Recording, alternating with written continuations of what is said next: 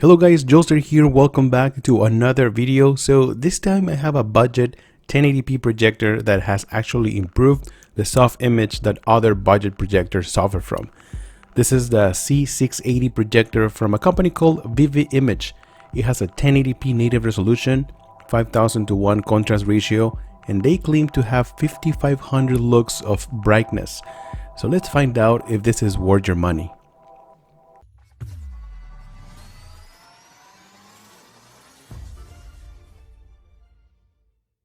Alright, so projectors have become very affordable nowadays, but something to consider is brightness, or in this case lumens. It is always recommended to use projectors in dark rooms, but sometimes light is inevitable, so it is good to have a bright projector and the right screen for it. In this case, Vivimage C680 does a good job with some daylight. It is not the best picture, but you can clearly see the image. I'm projecting this to a widescreen, but let me show you how this performs with other type of screens. Alright guys, so here I'm going to show you a couple of examples of what I have. On the left hand side, I have a screen called the grid. So this is an ambient light rejection screen. These are usually designed for ultra short throw laser projectors. So I wouldn't recommend using something like this on a front facing projector. Now on the right hand side, you see a little corner right there. It's the cinema gray screen. So what cinema gray does is adds a little bit more of contrast. It's good for dark areas as well. But if you want a bright image, just a pure white screen will work pretty much great. As you guys notice, the colors are more vibrant and everything, but I do like the cinema gray. It just adds more contrast throughout the whole picture. Let me show you a little bit about the picture settings that we have here in this projector.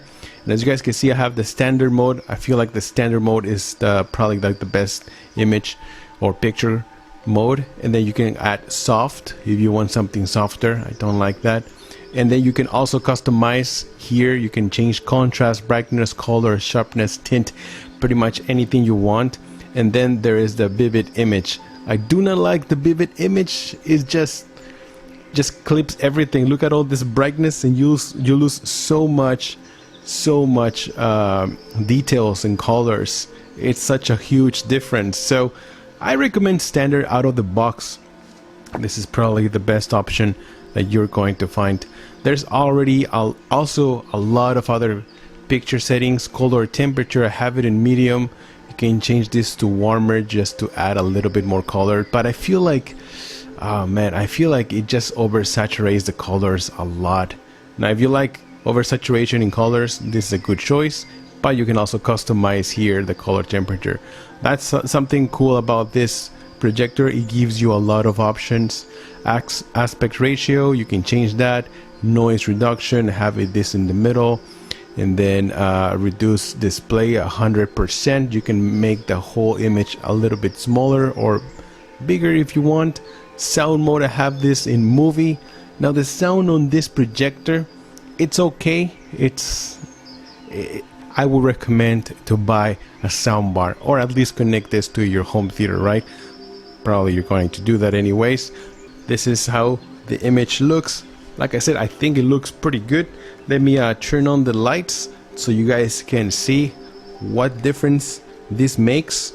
So like I said, the cinema gray, it actually works better when there's some ambient light, but I highly recommend you guys to play this on a dark environment. It just looks so much better in a dark environment. Alright, so inside the box you'll find the power cable, RCA cables, an audio adapter, the remote, an HDMI cable, and a USB SD card reader, which is pretty nice to have. Now in the front there is a remote sensor and the projector lens. On the right there are composite audio and video ports and 2 speakers.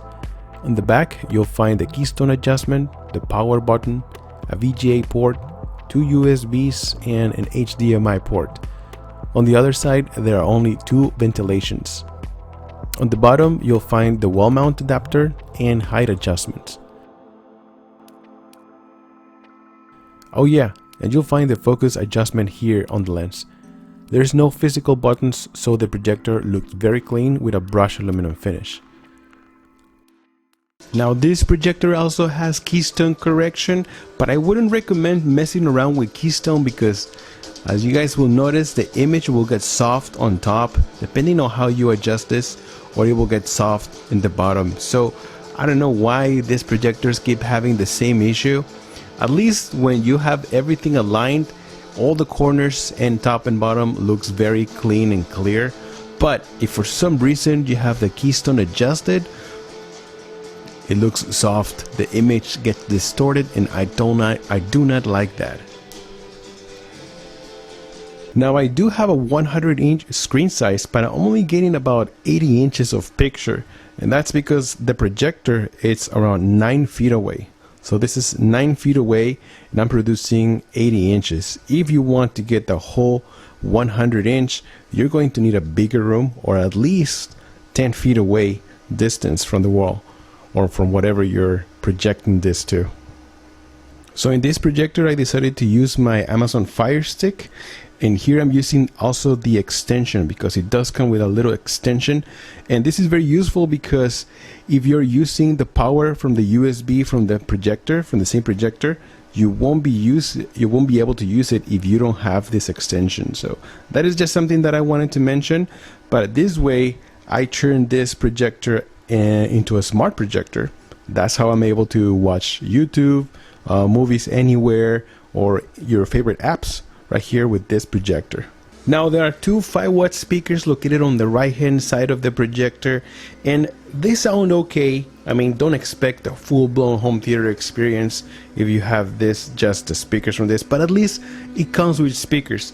Now I did notice that when you turn it all the way up, you're going to have some distortion, so I recommend to have it at least like around 20%. But other than that, I'm happy that it comes with speakers. Now my biggest and only complaint is probably the fan noise. Now the only reason I'm mentioning this is because I have reviewed other projectors before, similar to this one, but this is the loudest fans I've ever heard. If you don't mind that, this projector is really good.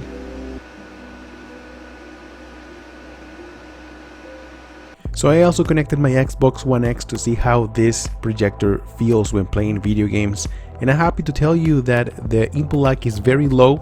So if you're interested in playing fast-paced games or like shooters, this projector feels and plays very good, very smooth. The only downside I see is that it's a 1080p resolution instead of 4K. I wish this was 4K, but other than that, the image looks very, very good, and what's important, the input lag very low, very playable. So that's it for this video, guys. Thank you so much for stopping by, and let me know in the comments below, what do you guys look for when buying a projector? Is it the picture quality? Is it sound? Is it the price?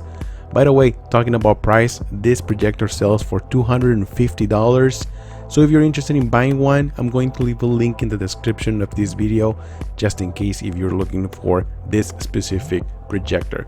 Alright guys, so that's it for me. Thank you so much for stopping by. I'm Jolster, and I'll see you guys on the next one. Jolster out.